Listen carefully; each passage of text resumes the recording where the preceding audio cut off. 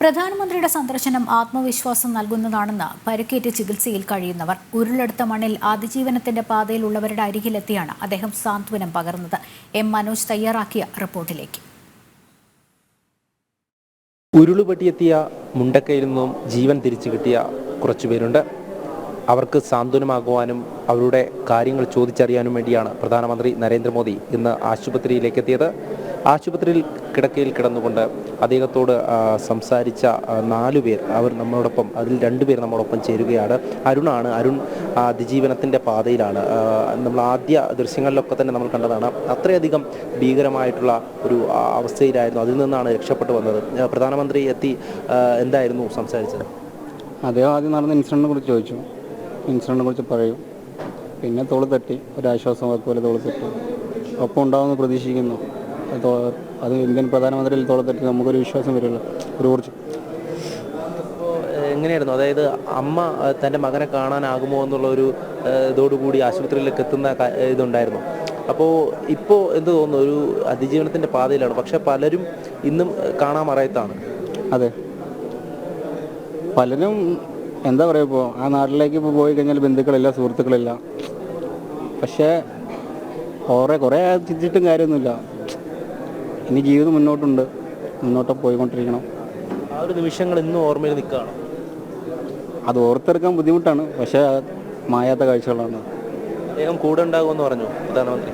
തോളത്തട്ടിട്ടുണ്ട്, കൂടെ ഉണ്ടാകുന്നൊരു വിശ്വാസമുണ്ട്, തീർച്ചയായിട്ടും. തീർച്ചയായും അതുതന്നെയാണ്, അത്തരത്തിലൊരു ആത്മവിശ്വാസം തന്നെയാണ് ഇവിടെയുള്ള ഈ ആശുപത്രിയിൽ കിടക്കയിൽ ഉള്ള ശരീരമാസകലം മുറിവുമായി കിടക്കുന്നവർക്ക് പ്രധാനമന്ത്രി നൽകിയിട്ടുള്ളത്. എന്തായാലും ഈ ഒരു നിമിഷം ഈ ആശുപത്രിയിൽ നിരവധി പേരാണ് ഇവരെ കാണുവാൻ വേണ്ടിയും എത്തുന്നത്. കാരണം ജീവിതവുമൊക്കെ നഷ്ടപ്പെട്ട നിരവധി പേരുണ്ട് ഈ ദുരന്ത മേഖലയിൽ. അവിടെ നിന്നുമാണ് അതിജീവനത്തിൻ്റെ പാതയിലേക്ക് അവർ കടന്നുകൊണ്ടിരിക്കുന്നത്. എന്തായാലും മറ്റൊരാളെന്ന് പറയുന്നത് അനിൽകുമാർ പ്രവാസ ലോകത്ത് നിന്നും തൻ്റെ കുഞ്ഞിനെ കാണുവാൻ വേണ്ടി എത്തിയതാണ്. പക്ഷേ വിധി മറ്റൊന്നായിരുന്നു. ഈ ഒരു ഉരുൾപൊട്ടൽ എത്തിയപ്പോൾ തന്നെ നമുക്ക് അറിയാം, അദ്ദേഹം നേരത്തെ തന്നെ പ്രതികരിച്ചിരുന്നു. എന്തായാലും ഈ ഒരു നിമിഷം അദ്ദേഹത്തോടൊപ്പം പ്രധാനമന്ത്രി സംസാരിച്ചിരുന്നു എന്ന് തന്നെയാണ്. എന്തായാലും പ്രധാനമന്ത്രി എത്തി ആശ്വാസ വാക്കുകൾ പകർന്നുവെന്ന് തന്നെയാണ് നമുക്ക് മനസ്സിലാക്കാം. എന്തായിരുന്നു അദ്ദേഹം സംസാരിച്ചത്?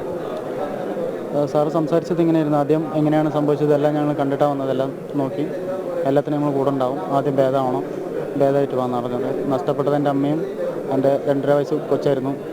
അതെല്ലാം പറഞ്ഞ് ലാസ്റ്റ് ഞാൻ ഇപ്പോൾ ലീവിന് വേണ്ടി വന്നായിരുന്നു. 1 മാസം എവിടെയായിരുന്നു വെച്ച് ഞാൻ പുറത്തായിരുന്നു എന്ന് പറഞ്ഞു. 2 കൊല്ലം കഴിഞ്ഞിട്ടാണ് ഞാൻ വന്നത്. 1 മാസം ലീവിൽ നിന്ന് എനിക്ക് തിരിച്ചു പോകാനുള്ള ഡേറ്റ് ആയിരുന്നു.